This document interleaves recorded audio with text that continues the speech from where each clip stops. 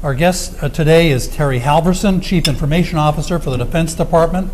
In that role, as you know, he oversees the world's largest private computer network. He's accompanied by Marianne Bailey, whose title is Principal Director, Deputy Chief Information Officer for the Defense Department. Mr. Halvorsen holds a bachelor's degree in history from Widener University in Pennsylvania and a master's in educational technology from the University of West Florida. He served as an Army intelligence officer, and later, as a civilian, he was Deputy Commander of Navy Cyber Forces, and then became the Navy's Chief Information Officer. He's been in his current role as Pentagon's Chief Information Officer since this March.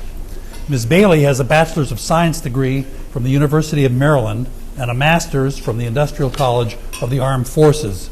She's been a member of the National Security Agency workforce since 1984. Thus endeth the biographical portion of the program. Now on to the riveting mechanical details. First, thanks to our underwriter, Northrop Grumman.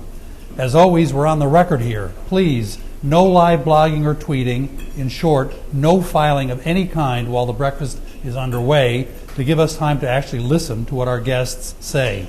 There's no embargo when the session ends at 10 o'clock sharp.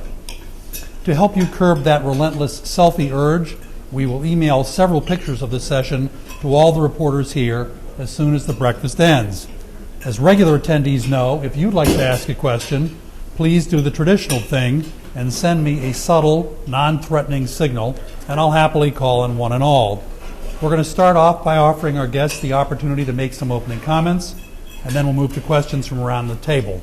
And with that, your breakfast is over. Sorry about that, sir. Thanks for coming. No, and thank you. I'd like to thank Christian Science Monitor for inviting me today, and for all of you taking time to share. I looked at the list, pretty big list. I figured breakfast must be really good. That's why everybody's here. As the introduction mentioned, DoD is the largest private network. If we were, and people have heard me say this before, but I think it gets to our scale. If DoD was a Fortune 500 company, we would be Fortune 0. Everybody starts with us in terms of any way you want to measure it. Total value, number of employees, total cash. So we're very, very large. We're also attacked more than anybody else. One of the reasons I brought Marianne with me today is Marianne is my deputy for cybersecurity, and I thought maybe there might be some interest in cybersecurity questions given some things that are going on in the world today. I'm going to focus my opening comments very quickly on three components that, while they are focused around cybersecurity, actually apply more broadly than that. I get a question all the time, what keeps me awake? And I think most people expect me to answer it's security or it's dollars. It's neither of those things, it's culture. We're in the midst of having to make some major culture changes, and I'm going to say DoD, but I actually think in the nation we're going to have to make some culture changes. One of the things we have to do at DoD is establish a culture of cyber discipline. And people look at me that say that's surprising. It shouldn't be. When the internet started, and just we should take a minute and say happy birthday to the internet. The internet his birthday is today. It was the first ARPANET connection across today. And would mention it was a DoD ARPANET connection. So happy birthday to the internet. But when it first started, it was a research network that was built to share information. And it continued that way, and people got to be that it was a trusted area, and frankly, it wasn't until it more matured that we started to see a series of bad actors on the internet. But they are out there today. But they're not visible like they are in the physical world. So I think it's easy for people to forget that there are bad actors out there. It's certainly easy for parts of our workforce to do that. So we are really trying right now to make sure that people understand you got to go to the internet. It is an important part of our business, an important part of our culture, but you have to go there with the right rules and right understandings. So you will see a lot of activity on that. We have just signed out our cybersecurity implementation plan. The chairman and the secretary signed out the cyber culture work piece that talks about what we're trying to do. And it talks about leadership, accountability, and transparency. Because we face so many different threats, there's just different answers. The other part we have to do is move to the right side of cyber economics, which is another cultural change, because it means you've got to understand the economics much better in cyber than I think you do other areas. As a military area, cyber is one of the first big warfare areas where, frankly, in phase 0 and phase 1, we have to worry about non-military targets being attacked, and they can be attacked in ways that don't look like an attack. Because we get much of our advantage from the way we use cyber and high technology, it's going to, of course, make us somewhat vulnerable to those type of attacks. And you want to think about some of the things that could cause us issues in a cyber world. I mean, I think you just look at what would happen if somebody disrupted Wall Street for the day, and we're now talking like $1 trillion. $1 trillion, any way you talk about it, becomes strategic money. You could interrupt potentially the power grid. There's lots of things you could do that would cause us great economic differences. The other problem we have today in this area is that it is much less expensive for someone to attack us than it is for us to defend, and we've got to turn that around. Today we are really on the wrong side of that piece. Part of moving to the right side of cybernetics means we need to automate much of our cybersecurity as we can, particularly the baseline pieces. And to go past automation, we really want to get to autonomous tools that actually self-learn and can start taking actions on a network, either to stop, quarantine the attack so that it doesn't get lateral movement. And then maybe the biggest thing we have to do in DoD is develop an enterprise culture.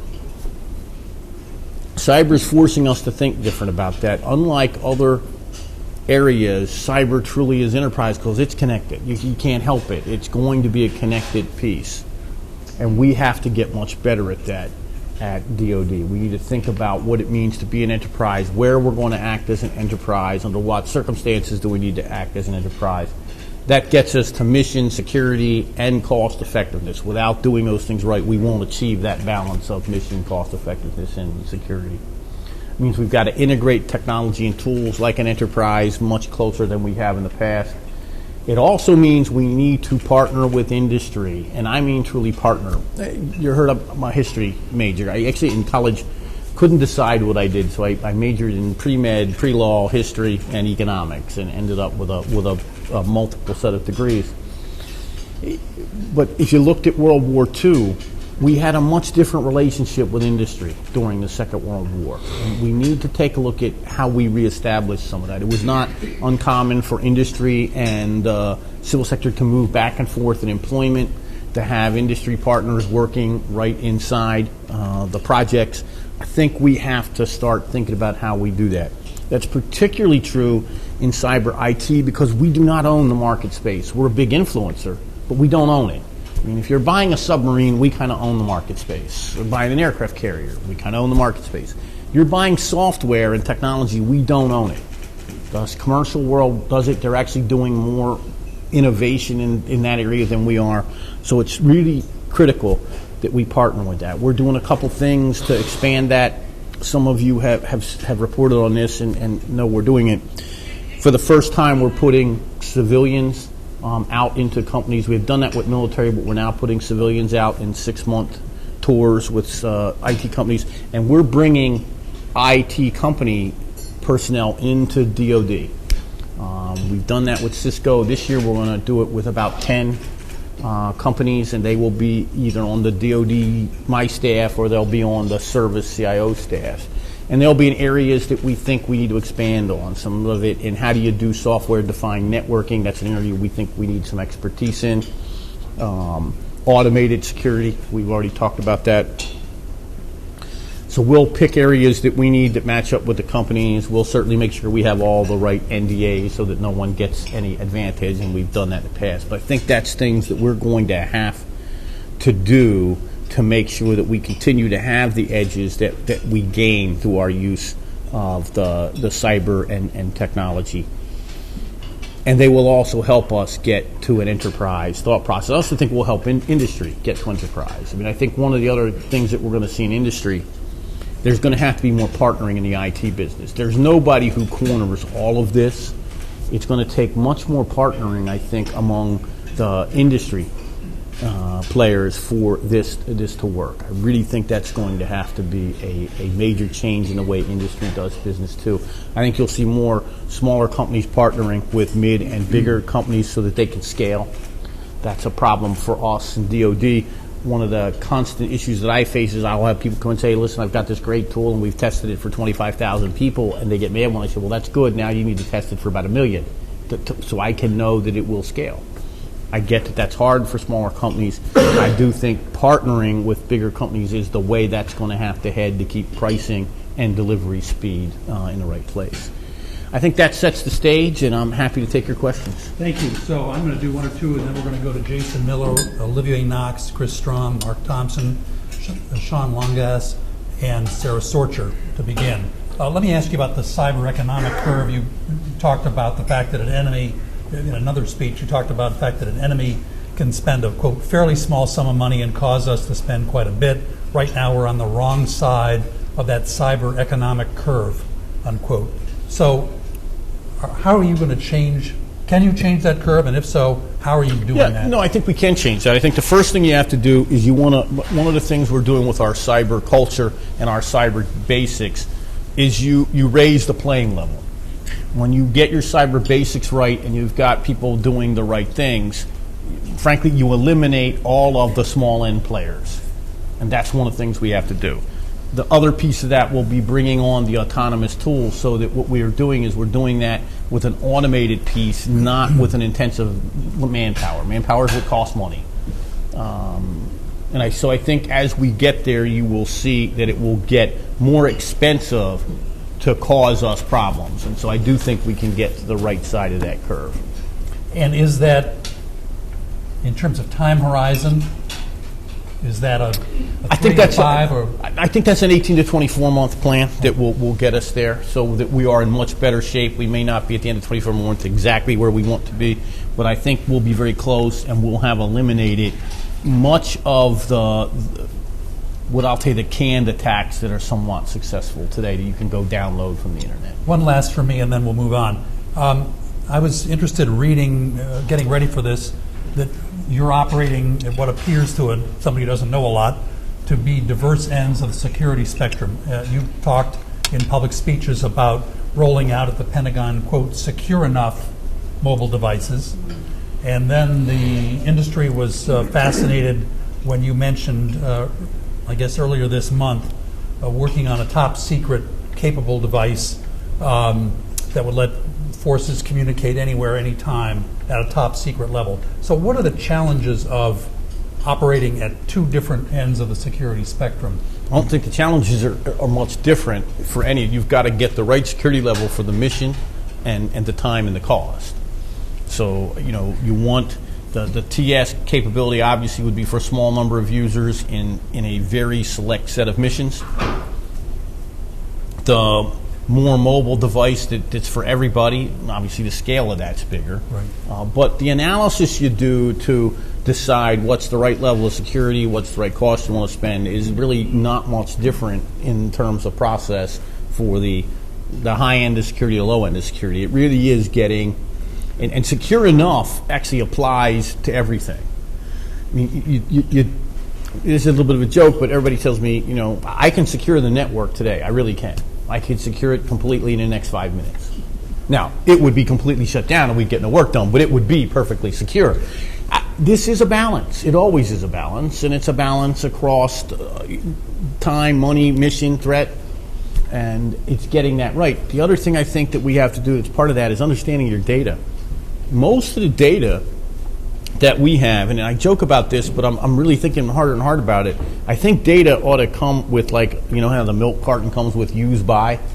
Data ought to come with a stamp that says, after this date, who cares? It's perishable.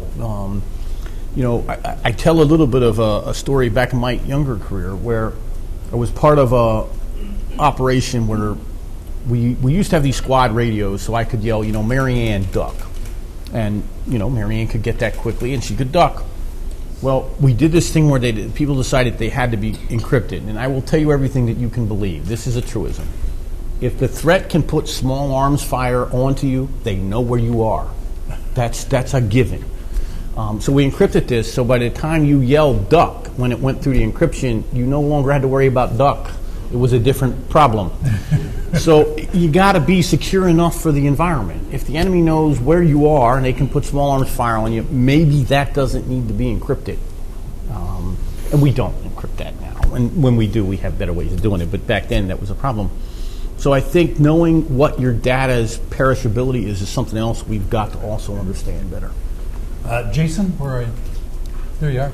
Go for it. Thanks. So much to start with. Terry, can you talk a little bit about the cyber implementation plan the chairman just signed out, you mentioned, and some of the pieces and parts of it? Yeah, first of all, we go after the basics. And the basics include things like, higher education levels and more tools around some of the common attacks like spear phishing, setting up fake websites, things like that. And it's a combination of tools, culture, and training and education. That's kind of step one. Step two raises it to the next level where we really start looking at more advanced attacks and how do we prevent those. And it's the same type of combination of training, education, and tools, but they're just more advanced. You have to have more education, more training. And it's really also educating leaders at every level what their responsibilities are and what they need to know. When you're growing up and I actually started as an infantry officer, and they teach you very quickly what things when you go out to your units that you should ask that can tell you rather quickly if the unit's prepared. We have to do the same thing at cyber. What questions should you be asking about cyber as a commander at any level? We've also developed, in conjunction with all of this, a cyber scorecard that measures a series of things and will change. As we get good at certain basics, we'll move that up.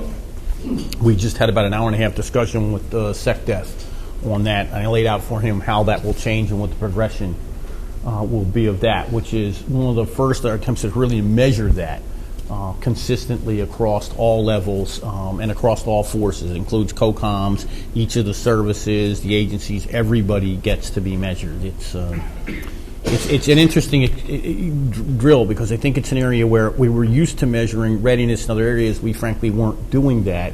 Cyber. Again, I don't think that should surprise anybody. Cyber is a relatively new warfare area. If you look at the history of aviation, you look at the history of how we developed nuclear, it took us a while to get to this point. I think the big difference in cyber, though, that we're having to react to is it moves faster than any other warfare area. So that's a challenge. I mean, the things we do today in cyber probably won't be the same things we do tomorrow. That's frustrating on industry too, and I'll share that. We did our latest cloud documentation working with industry. We brought industry in, we helped them write the policy priorities, but one of the things they wanted to keep doing was putting, well, this will be good for a year or this will be good for 2 years. The answer is no. It'll be good as long as the threat and technology says it's good. When that changes in cyber, you've got to be able to roll fast. That's also hard. It's hard for any big institution to grasp at that. Hard for us, hard for industry to do that. It's accelerated change, and we're generally not good at accelerated change as humans, period. So. Olivier Knox from Yahoo. Thank you both for coming.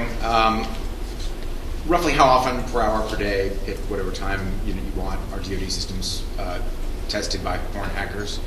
Have you seen a shift in their targets since the OPM hack? Yeah, so the answer to the first question is always. There's not a time when I'm not being attacked somewhere in the world on the cyber side. It's continuous. Have their targets changed since the OPM hack? I don't think they've changed. We may see a little more focus on data collection, vice data disruption. I think that would be the biggest change. But not moving to things like food distribution versus missiles. And to the extent that I can comment on that, no. And then you mentioned establishing a culture of cyber discipline. I have some active duty friends who have posted things on Facebook they probably shouldn't have, things like that. Is there such a thing as a cyber boot camp? Is that something that you're looking to establish for people? I don't think we're going to do a cyber boot camp in what would be traditional. This is cyber, so it's probably going to be done in the cyber environment. But I think some of the things we're doing would be like the basics you would get in another boot camp, only we're delivering them through a cyber means. So, Chris Strong from Bloomberg. Secretary Carter mentioned in the spring that that Russian hackers got into DoD's network. Can you elaborate a little bit on when did that happen? What did they get access to? Did they actually steal any The information? short answer to your question is no, I can't elaborate on that. The DNI Clapper has said that Russian hackers are the most sophisticated hackers, or that they've been the most aggressive lately. What's your assessment of the threat of Russian hackers versus the threat of hackers from other I think nations? if DNI Clapper said it, it's probably true. What do you see in terms of the threat of Russian hackers? I think the Russian hackers are a serious threat. We're going to go to Mark Thompson from Time. Yes, sir. Last month before the House Armed Services Committee, you were asked what keeps you up at night. And you said foremost in your mind was the fact that terrorists might be launching offensive cyber attacks. I don't think I said that. I think Mike Rogers said that, but that's okay. Well, I've got the transcript Yeah. right here. Yeah. It was you. I don't actually think so, but go ahead. Okay, well, then that makes that moot. Leon Panetta was in our offices in New York 3 years ago, and he warned of an electronic Pearl Harbor. DNI Clapper was on the Hill in March and said, there's probably not going to be a cyber Armageddon. Rather, it's going to be this sort of gradual incrementalism of problems and troubles. Is this going to be a persistent thing? It's going to basically become white noise. We've been hearing about electronic Pearl Harbor for a long time, and industry plainly keeps waiting for it to happen before they're going to roll out a lot of big money. Where is the threat? How much is a cyber Pearl Harbor, and how much of it is just a persistent white noise we have to learn to grapple with? So I don't know that anybody can answer that. I mean, and I would tell you two things. The industry certainly is shifting money now, big money, into cybersecurity. A lot of that happened after the Target attack. That will tend to get you spurred when the CEO, the CIO, and the COO get fired. We see that. We talk to industry a lot. I'll tell you when I knew cybersecurity was really getting important to industry. I was giving a speech, and after the speech, I was getting questions from these two gentlemen, lots of very good questions. I finally said, well, where are you from? And they said, Coors Miller. And I'm trying to think, Coors Miller Financial? No, it was Coors Miller Beer. I think industry is getting this. The financial sector certainly got it a while back. Is there the potential for a cyber Pearl Harbor? Probably. I think it will depend on what scale of engagement you're going about. In kind of the normal phase zero, yeah, I think there will be persistent cyber probing. There'll be persistent testing of cyber threat technology. I think that is something we're going to live with. I don't think, again, that should surprise us. Anytime we've had new technology, new answers, that's what happens. It gets probed. As it matures, it certainly becomes more available for threat to look at it. I think that's going to continue in the cyber world. And it will depend on, frankly, a little bit about how much nations decide they want to cooperate, too. And I don't think there's any answer out that's come in on yet. I mean, we certainly hope that we'll get some of that, but I don't think we will see that. I don't think we're going to see quite the cyber cooperation we think for a while longer yet. Here's your quote about offensive cyber attacks. Yeah, I see that it's an extract from the testimony. I don't say it already, but I actually don't remember saying that. I really thought my answer to that was culture and Mike Rogers was terrorism when I was sitting next to him. Well, But transcript people have been known to make mistakes. yeah, but we'll check. Sean Lindgas from Federal Computer Week. Sean, thanks for making Hey, Sean. In terms of JIE, there was a report earlier this week by the New York Times that Russian vessels may be probing underwater cable links, and I'm wondering what role GIE can have in warding that off, if you've gone through those scenarios, and if you think DISA is prepared to handle that threat. So, Sean, be really careful. I'll just say that cables are, certainly we're always concerned, everybody's looking at our cables. JIE really won't have any impact on that one way or the other. They're looking at the physical part of the cable. No way JIE plays in that. Okay, but how are you prepared to defend against the physical part? That I'm not going to talk about. That gets into a whole bunch of classified programs on how we protect the cables. Sarah Sorcher from Pasco. So Admiral Mike Rogers said earlier this year that the government's focus on defense isn't working and that it's time to consider boosting the military's offensive capability in this space. And curious, as CIO, for your opinion, what do you think, if you're feeling this need pretty consistently, and as the U.S. considers it, what does that look like? I think that's probably a question to ask Mike Rogers. I'll give you my quick summary on it. As the CIO, I am responsible for the defense and the security side of that. I don't think it's a secret. We are looking at what offensive actions could the U.S. take. I think there's always things we're considering. We don't, however, discuss that in public, other than that we're considering those things. But so do you also feel a need to move into that space and go and expand the definition of defense? I think what we're telling you, we're probably already in that space, and how much of that do you, I think this is more of a question, but how much do you publicize of that so that it becomes more of an external awareness that would be in some way a deterrent? But again, I think that's an area that we tend not to talk too much about in public. Down the end of the table, is it Mr. Marks? Yeah, Joe Marks from Politico. You talked a little bit about the embed program that you're working on. I wonder if you can go into the embed program you're working on in private companies. Can you go into some more detail about who those people are? And specifically, I imagine there are a lot of people who move from DoD to industry or from the intelligence community or something that already have clearances and so forth. Is that the kind of people you're looking for? No, these are people these are actually people who've been, we don't actually have the number of people you would think move from industry into DoD. And there's a really good reason for that. If you do that, you're generally taking a fairly significant salary cut. So what we're looking at is some of our top government performers who have predominantly been government going out to industry and learning a couple things. There's certainly some technical things we want to learn, but also learn how the industry is doing their business processes. I think that's important for us. And one of the things that certainly in the CIO office we spend maybe more time than they have in the past is understanding what business is doing, understand what their economic drivers are, and that helps us in our negotiation.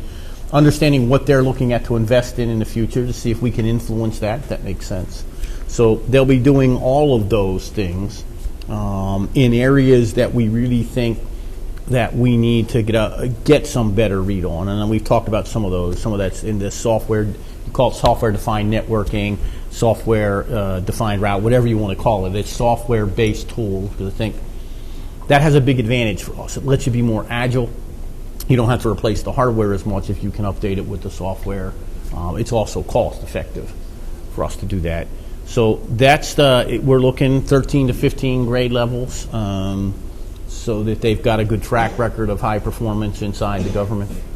People are going the other direction. We're going from into the 2-year programs you talked about. People going from industry. It's a 1-year program that they come into us. Again, we're looking in industry to help us solve some specific areas. So, in the case of Cisco, they gave us a routing specialist. I mean, that's what they do, Cisco's routers. As we look at other companies, we'll bring in kind of what their sweet spot is in things. Certainly this year, we're looking for some software-defined, pick your name, expertise. Modular data center technology, I do think that's going to be bigger. As you look at it, we are certainly continuing our effort to close data centers. We still have too much capacity. But as you do that, you start looking at the modular data centers can run at higher temperatures, they can run with less manpower, and they run with less power. It's still true, the number one cost driver in any data center is labor. And one of the things that I have said in public, I'll say it again, right now in DoD, our labor costs are higher than industry. I've got to get those labor costs down, and some of that's applying new technology. Industry has been able to apply that faster than we have. Can you explain, just for a novice, why your labor costs would be higher? You're saying if you move from DoD, from private industry to DoD, you typically take a pay cut. So the reason your labor costs in general are higher is... It's numbers. We take, because our data centers are not at the same level of technology as industry, the really leading industry. We just have sheer number of people higher. And it truly is count the numbers. It takes us in general more people to do the same number of things that industry can do with less. I mean, industry is really leading. I mean, you've got big data centers now in some of the really advanced companies that are completely lights out.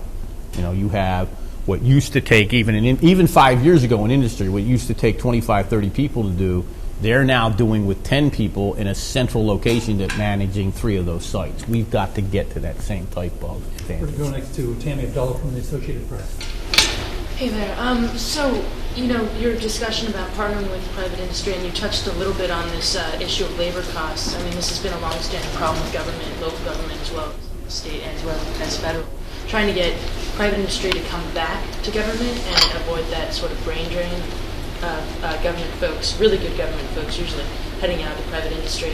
Aside from trying to get labor costs down, and what other ideas do you guys have about ensuring the people that, you know, it's not a one-way street? Yeah, you know, one of the things that probably the single best recruiting tool we have is our mission set. You know, we are able to keep people and frankly attract some people from industry because the one thing you get to do in DoD, there's nobody that's got more exciting things to work on. That's our biggest advantage. That will work for a while. But I tell you what I worry about is when you get into the kind of your middle years in this, you know, that's when you're having kids, you're looking at college costs, and people come to you and they offer you what can be, you know, 2 or 3 times what your current salary is. That's hard for even the mission to hold that. And frankly, we are seeing some drain, and I'm not winning that war right now. I'm losing. And, you know, we're looking at some special pay legislation, better, you know, easier ways to recruit, speeding the time up. That takes legislation. We're working on it. We have some. I mean, I can do some hiring under some special cyber acts, but I can't really compete very well on the pay. I don't think we're going to be able to compete on the pay. Maybe we get a little closer, that'll help. But I actually don't have a really good answer to how we win that one. Mark Seibel from McClatchy.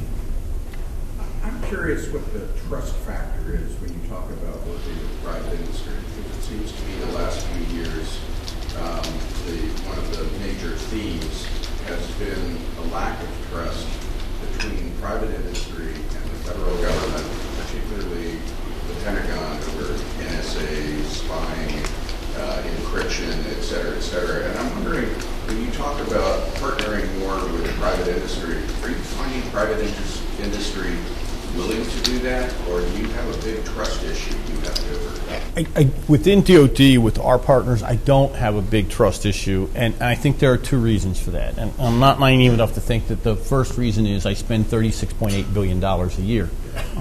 That buys a lot of potential trust. But I'm going to say this, and I actually had a very good discussion on this on my trip overseas. I do think American industry responds to DoD very well and has a very great history of doing that. I was talking yesterday at a table where I was speaking at Milcom, and a lady gave me a suggestion. I think I'm going to follow up on it. That we have industry with us on the forward edge, and when we tell industry, listen, we need help in getting smaller communications to this far-flung unit, and we need people out there, they deliver. When you talk to the industry, and I'm really talking about the workers that get this, most of them are very happy, grateful even that they can support the DoD mission. So I don't see it with a big trust problem. Now, do I think that there are industries that worry about parts of DoD? Yeah, but that's generally not the industries that I'm doing as much business with. So the ones that are doing business with DoD, I don't see a big trust problem. As a matter of fact, I applaud them. We give them a challenge.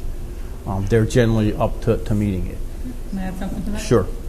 Also, you know, the cybersecurity problem is very complex, it's very distributed, it's very difficult, and it's something we kind of all share. So that's another opportunity where we've had great partnerships with them as we figure out together, as a nation, as an industry, as a Department of Defense, how we're going to solve that problem. So we share successes that we've had. We've had a lot of great dialogue with some of our big industry partners on how they're doing that, how they're having successes in their companies, things that we may want to look at. So I think there's been great collaboration. Anybody who hasn't had one who wants one? Yes, ma'am. And then we'll go down there. Yes. Hi. Amber Corn, I'm with Federal Times and C4ISR Networks.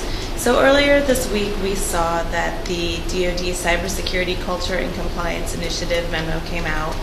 I was wondering, what does this memo mean for your office, and how are you carrying out some of the directives that are inside it, like the directives for culture change? Well, it's kind of, Amber, as we talked about, we've certainly looked at how we're changing the training to get it down to every level and getting up to every level, getting it all to all the commanders. We are expanding what we look at in the cyber scorecard. I do think the things you measure will get attention, and we are now measuring more of those things. We're having a lot more discussion with industry, as Marianne said, about how we better share all of the data that's available from both industry and DoD on what the threats are, how to counter the threats, and then passing that around to both our partners in industry and our partners inside DoD. All of that has to be done, and all of it has to be synchronized and orchestrated in the right way to get that culture change, and that's what we're trying to do. And that's really what you asked specifically what my role and the role of my organization is to make sure that gets done. We do the measurements, and we are trying to make sure the orchestration and all the players get connected at the right times with the right data. And what are some of the things that you're measuring, and how are you measuring? Basic things like are we doing two-factor authentication?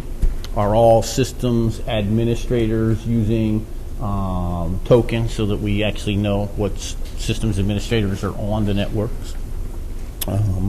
Have we put all of our public-facing and forward-facing, meaning onto the internet, servers behind the right set of firewalls or other security boundaries? Firewalls will change here somewhat, but there will still be a security boundary, whatever that technology is. Have we looked at how all of our data is encrypted or not? When should it be? There's times when data should be encrypted, and are we following all those processes? We're going to go next to Greg Otto of Federal Scoop News. Thanks for taking my question.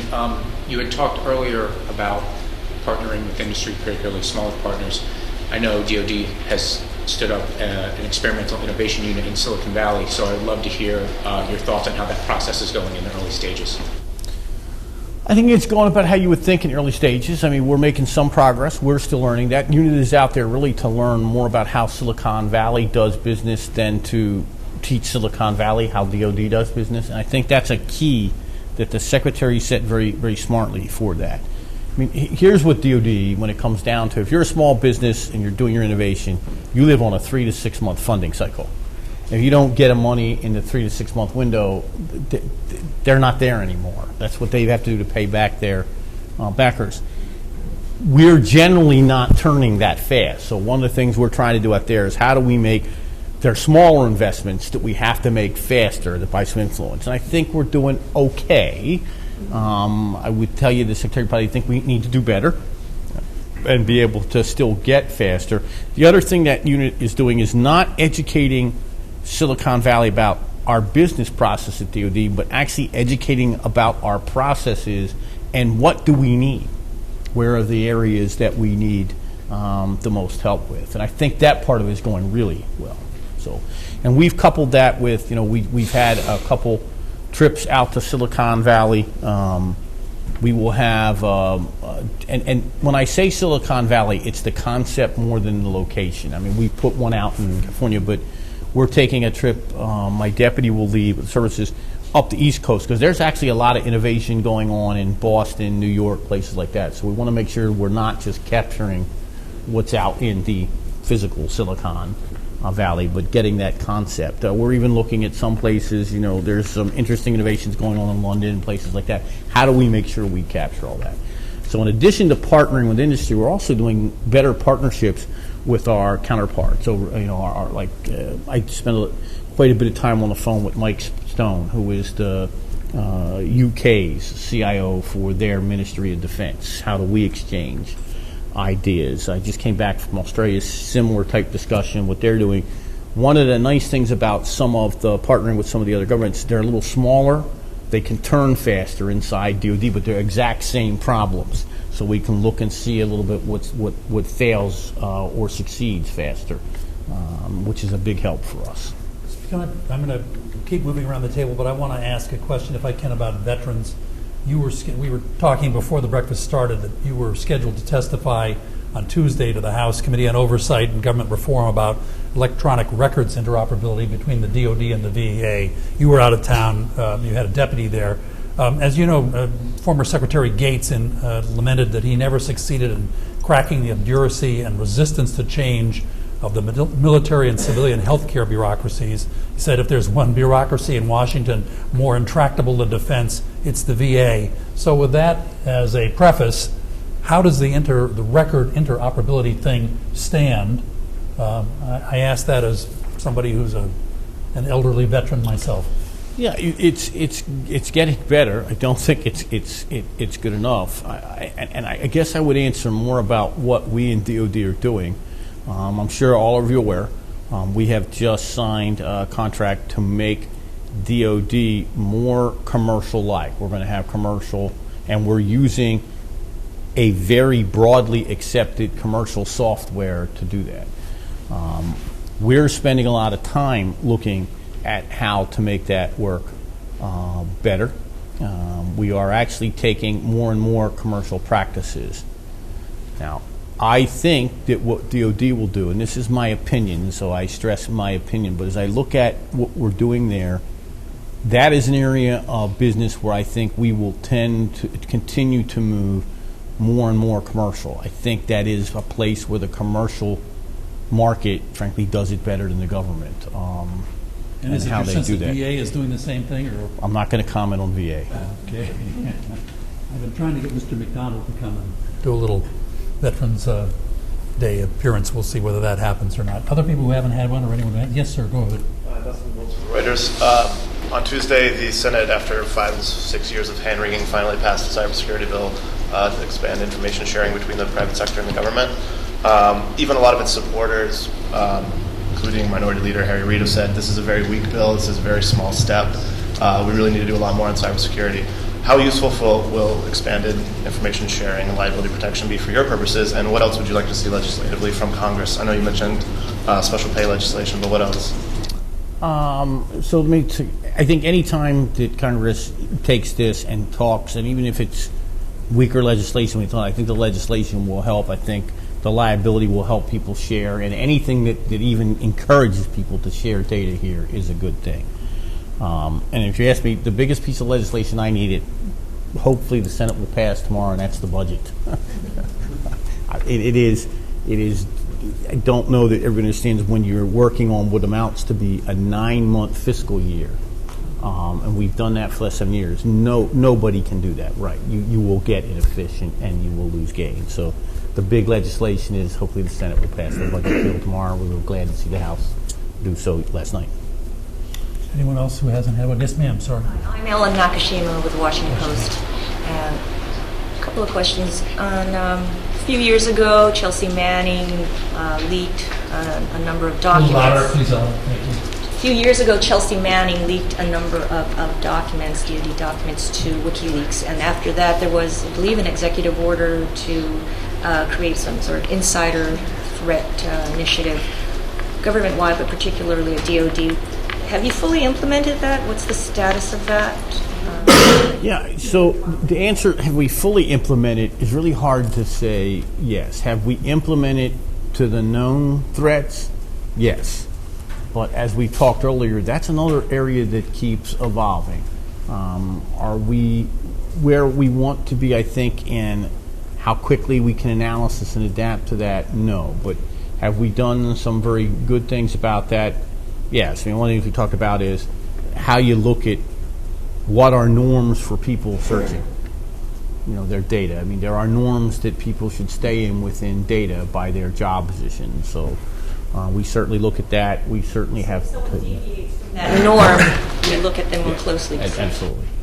And I think when you talk about insider threat, it really does tend to be what are you looking at that's deviation from the norm. Now, as the threats get more sophisticated, you've got to get more sophisticated in being able to understand that. And that's where I think we have to continue to develop and figure out how we do faster forecaster analysis. That's hard. And we need to do that across the board. One of the things that we've done with the CIO staff and some of the other staffs, there's a book out called Flash Foresight. Interesting book. It's written not by a futurist, but a guy who was a biologist, who just takes and starts grouping thoughts into these things are certain to happen unless you have some cataclysmic event. These are things that are probably going to happen unless you take an act to stop them. And when you start looking at it that way, I do think it helps you to get more focused and a better ability to be predictive. So we're constantly looking how to do that, because I think that's the key. Org chart question. So the NSA has the Information Assurance Division. There's Cyber Command, which also has a unit to help defend networks, not the defend the nation teams, but more of a defensive, helping support the cybersecurity aspect of DoD networks. And then there's your guys. And then there's your office, right? The CIO. What distinguishes? So we're policy and money, and you're not we actually operational. own the IA money. So we looked at NSA. Their IA is looking at what I'll call the broad strategic. They get down into technical tools. Cybercom is really the execution agent for the military organizations about how you take and implement what our policy and then the operational directors from NSA. So your policy and money, you're not operational. I don't have direct operational control. Now, we certainly play in operations, particularly around the defense, like measuring the scorecard issues. But, yeah, we are basically policy and dollars. Anybody who hasn't, or we can do a second round? This is a quiet moment. This doesn't happen very often, so let me ask you about contracting challenges. The Deputy Assistant Secretary for Defense for Cyber Policy was at an event at the Center for Strategic International Studies, and he was talking about the challenges that you face, the Defense Department faces in acquisition, that you need to be careful that you're not buying things that build in a security threat. He was talking about poor hygiene effects, poor security built into products, poor security on networks, that you are absolutely looking at regulations that can help define what those standards are. Where does that effort stand, sir? I think we're getting it to be in pretty good shape with that. We've published a lot lately. Frank Kendall has put out some new directives that are required for contractors who are going to be in the network or network tool providers. They must do a little bit more about securing their supply chain. They must have certain things in their contracts. They must make certain code available to us to review. Do I think that completely solves the problem? No. And I think that's another one where the problem is speed, because what we tend to do there is we're writing policy about what the known threats are and what known has happened. I mean, that's what you do. And again, how do we get ahead of that is the challenge there. What's the next place that threats will go to look at, even in the supply chain, or what else will they try to do in marketing different tools? I mean, the other problem you have in today's contracting world is the fast pace of what company owns what company. And that is a concern for us. You find out that... In terms of foreign ownership? Yeah, absolutely. So that's it. And again, it's just the pace. The pace at what change happens in every aspect in the cyber IT world makes acquisition harder. Because while you must acquire with higher speed, you also must do all the extra due diligence that the threat. I mean, they're absolutely in opposing effects. So how do you balance that? And that will continue to be a challenge. Last question, Mark Thompson from Time. Yes, sir. Cycling back to that HASC hearing last month, where I think you said, yes, we are enforcing accountability among our people who are responsible for poor cyber hygiene. When you were asked, well, what did you do? You declined to say. If you're trying to change the culture, isn't there an element of deterrence in letting folks know, if you make this error, this is what's going to happen? Why won't you say, for the the chairman of the Joint Chiefs intrusion, without naming the people, what accountability was meted out? The proper accountability. And yes, there is deterrence in the people who inside the DOD need to know that. I don't think that's a topic I need to talk about outside the DOD. It would be like me going to Time Magazine and saying, when you do editorial review boards, do you publish that? But when you make a mistake, you generally publicize it, do you? print it. Do you? I mean, that's an interesting question. I mean, I don't see much. I mean, other than the one letter retraction says we made this mistake, I don't see that the reporter was, we just say we took the proper action. We're saying the same thing. I'm not going to tell you what specifically happened by individual, what actions were taken. Generally. Generally, what we've done is, in some cases, we've applied UCMJ where that's appropriate. We've applied written counseling where that's appropriate. We've taken the appropriate actions, given all the tools that DOD has to take those appropriate actions. Has anybody ever been fired? Absolutely. Well, on that cheery note, we'll thank you both for doing this. We really appreciate it. Thank you. Thank you all. They were great questions. Thank you.